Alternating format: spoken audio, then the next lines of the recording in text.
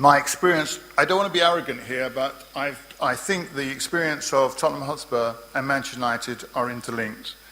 In 1980, the chairman of Tottenham Hotspur decided, and he was a very hands-on chairman, that he thought that merchandising had a part to play in the income of a football club. So he went and found me, who had the background and experience in marketing and merchandising.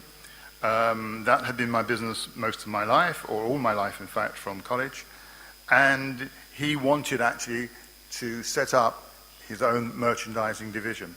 At the time, and even now, this is something rare and unusual. Most merchandising, I think even today I can say that it comes under the heading of commercial. Now, I have not met a commercial organization in a football club who actually has anybody who is an expert on merchandising, which I think is very, very sad. Very quickly at Tottenham, we discovered we had a brand. We also discovered we had a wonderful merchandising opportunity. And within 3 to 4 years, although we had very little success on the football field, and we had not so much history as Manchester United, we're in fact turning over 5 times the amount of merchandise that Manchester United were turning over. I'll come on to the Manchester United experience in a moment and explain to you, I hope, why I feel this actually happened and what were the reasons Manchester United weren't doing the business. And it's also good to come back into the middle here and just briefly talk about the Premier League, because many people forget why the Premier League actually came into existence.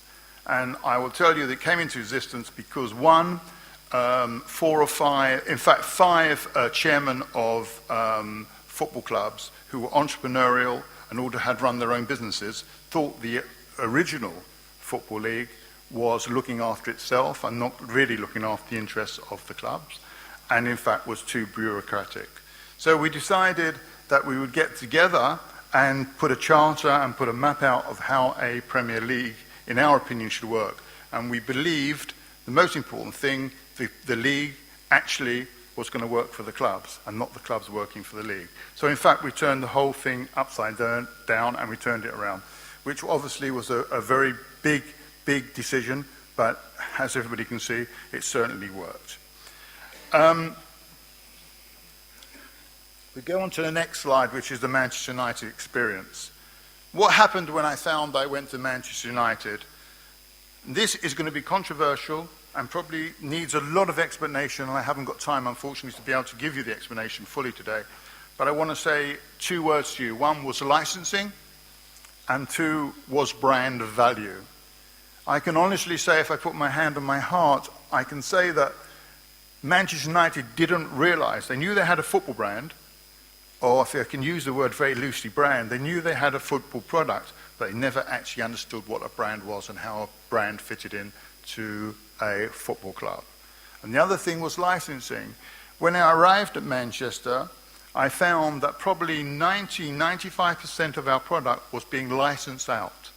And what that means was we were actually entrusting our brand, our logo, to third parties. Now, I don't believe any third party is going to look after your brand or your product as well as you will or as well as you can. They're always going to look after themselves first. Someone will ask me, what about kit manufacture and so forth? That's slightly different. But I am appalled when I see kit manufacturers ring-fencing all of the merchandising products. They're not just happy selling kits, shirts, shorts, and tracksuits. They want everything.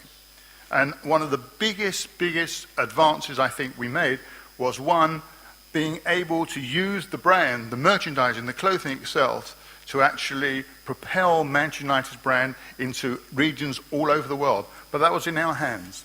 You can never rely on a third party looking after your interests first.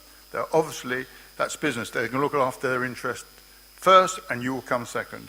And also these brands, and I'm not going to mention, I'm sure you know them, they're looking after probably 50, 60, 70, 80, 100 clubs.